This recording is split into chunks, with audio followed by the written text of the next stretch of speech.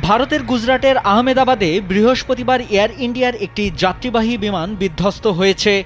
গুজরাটের পুলিশ নিয়ন্ত্রণ কক্ষের বরাত দিয়ে বার্তা সংস্থা এএনআই বলছে, বিধ্বস্ত উড়োজাহাজটিতে 242 জন আরোহী ছিলেন।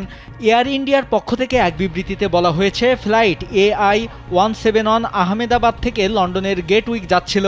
সামাজিক মাধ্যম এক্সে প্রকাশিত এক ভিডিওতে দেখা যায় বিমানটি ঘরবাড়ির খুব কাছ থেকে উড়ে যাচ্ছিল। এরপর হঠাৎই সেটি নিচে নামতে শুরু করে এবং এক পর্যায়ে বিধ্বস্ত হয়।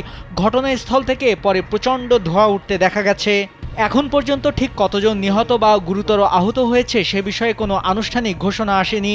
তবে যাত্রী সংখ্যা ও দুর্ঘটনার ভয়াবহতা বিচার করে গুরুতর হতাহতের আশঙ্কা করছেন সংশ্লিষ্টরা। স্যান্ডেলিনা সো, রূপচর্চায় আভিজাত্য। এদিকে বিধ্বস্ত এয়ার ইন্ডিয়ার বিমানে মোট 61 জন বিদেশি নাগরিক ছিলেন বলে জানা গেছে। এয়ার ইন্ডিয়ার বরাত দিয়ে ভারতীয় গণমাধ্যম দ্য ইকোনমিক টাইমস জানিয়েছে, বিমানটিতে 169 জন ভারতীয়, 53 জন ব্রিটিশ, 7 জন পর্তুগিজ ও 1 জন কানাডিয়ান নাগরিক ছিলেন।